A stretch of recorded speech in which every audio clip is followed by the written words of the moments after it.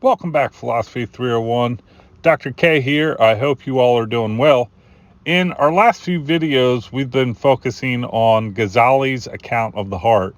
The heart, as Ghazali speaks of it, you'll remember, is not the thing in your chest. Rather, it's what we today would call your mind, and what Ghazali also calls your soul, your inner spirit, and your true self. It's the part of you as a human being that thinks and knows and is aware of the sensations and happenings in your body and controls and directs the movement of your body. But importantly, Ghazali holds that it is not a bodily thing or a physical object itself. So it's not identical to your whole body. It's not identical to movements in your body, say the firings in your nervous system, and it's not identical to any part of your body. On Ghazali's view, it is a non-physical or incorporeal object. That's to say, it's an object that lacks extension in the three spatial dimensions of length, width, and height. In this video, we're going to look at three arguments that Ghazali makes for the incorporeality of the heart. The first argument is what I'm going to call the argument from awareness. The second is the argument from corpses. And the third is the argument from divisibility. Let's turn now then to discussing the first argument, the argument from awareness. Okay, so the argument from awareness is composed of two premises and a conclusion. Let's have a read through it now. Premise 1. It's possible to be aware of oneself, that's to say one's existence, but not be aware of any body or any bodily object. As Ghazali writes, if a person closes his eyes and forgets about his body and forgets the heavens and the earth and all else that the external eye can see, he will come to know his own existence out of necessity and become aware of himself, even though he is unaware of his form and the earth and the sky and all that is in them. Premise 2. If it's possible to be aware of oneself, but not be aware of any body, then the self, or the heart, is not a body. Hence, we get the conclusion in 3. Therefore, the self, or the heart, is not a body. And remember here, we're using body in the sense of a physical object or spatially extended object. So Ghazali's conclusion is not, for example, just limited to saying that the self or heart is not a human body, right? What he's saying is it's not a human body or any other kind of bodily or spatially extended thing. So what do you think? Are you convinced? Remember, when you're presented with an argument, you have three basic options. Number 1, accept the conclusion. Number 2, show that the conclusion does not follow from the premises. That's to say that there's some flaw in the reasoning or the structure of the argument. Or 3, show that one or more of the premises is false. So which of these options would you choose? Think about it, Phil 301, if you already haven't thought about it enough for your paper. All right, so that was Ghazali's first argument for the incorporeality of the heart or the self. Let's turn now to looking at his second argument, the argument from corpses. All right, so the argument from corpses is composed of three premises and one conclusion. Let's have a read through the argument now. Premise 1, corpses have bodies.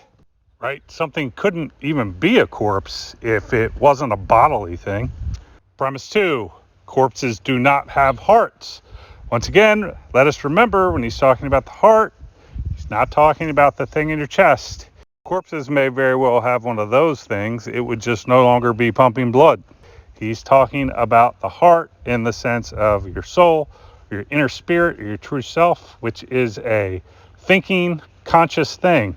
So he's denying that corpses have hearts in that sense.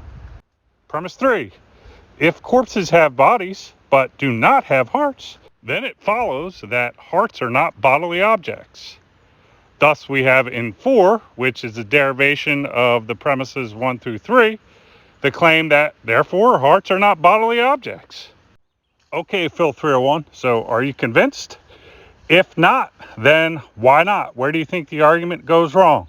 If you have any thoughts on this, I'd love to see it in the comments below. Let's turn now to discussing Ghazali's last argument for the incorporeality of the self or the heart, namely the argument from divisibility. Okay, so the argument from divisibility is the longest and most developed arguments for the incorporeality of the heart or the self that Ghazali advances in On Knowing Yourself and God. At the top, we have what we might call the main part of the argument, which is composed of two premises and a conclusion. And then we have an argument for premise one of the main argument. And we also have an argument for premise two of the main argument. Let's now then have a look in more detail at the argument, and we'll start with the main part at the top. Premise one, the heart is not divisible. Premise two, if the heart is not divisible, it's not physical. 3, therefore, the heart is not physical. So why does Ghazali think that the heart is not divisible, as he states in premise 1? Let's turn now to looking at his argument for premise 1.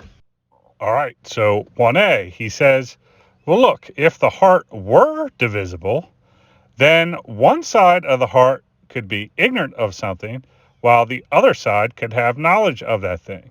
Remember, it's the heart that is the subject of knowledge, right? So if the heart could be divided, then part of it could have knowledge and another part lack knowledge.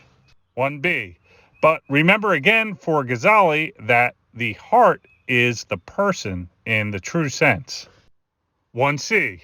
Thus, we can conclude from 1a and 1b that if the heart were divisible, or you could divide it, then a person could be both knowledgeable and ignorant of the same thing simultaneously or at one and the same time.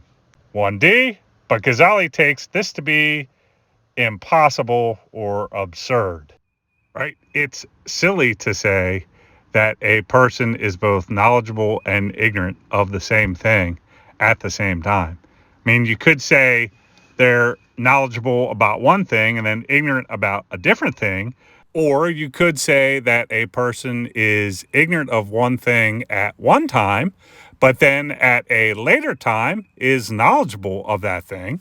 But isn't it a contradiction to say that they have knowledge about one thing and they lack knowledge about that same thing at one and the same time?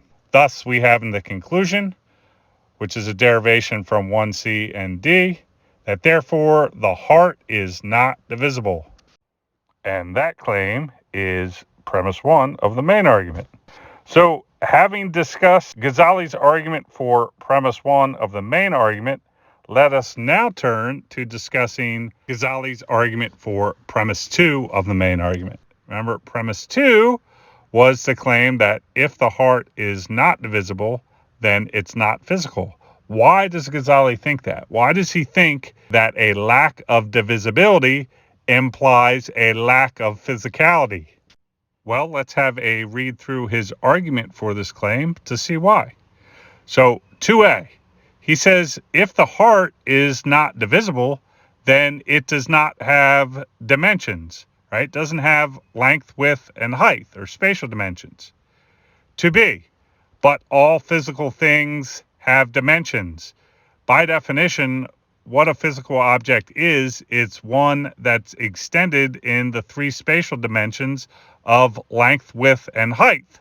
So if it's the case, as in 2a, that if the heart is not divisible, it does not have dimensions, and it's the case, as in 2b, that all physical things have dimensions, then it follows in 2 that therefore, if the heart is not divisible, it is not physical.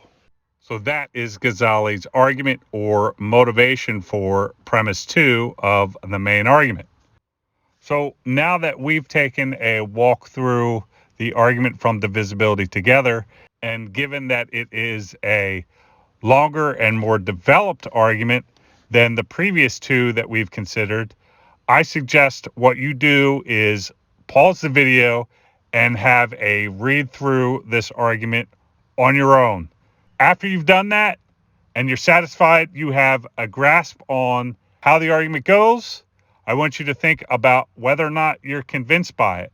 And if you're not convinced by it, I want you to think about where it goes wrong. And if you have any thoughts you'd like to share about this or any other questions regarding the argument, please put them in the comments below and we'll try to get a discussion going. All right, guys, so that's it. In this video, we discussed 3 arguments that Ghazali advances for the incorporeality of the heart: the argument from awareness, the argument from corpses, and the argument from divisibility. Of course, there is always more to say, but what I want you to have down are the basics with respect to how each of these arguments go. In the next video, we're going to look at Ghazali's account of the 4 elements inside each human being: a pig, a wolf, a Satan or devil, and an angel. I'll see you in the next video. Dr. K out.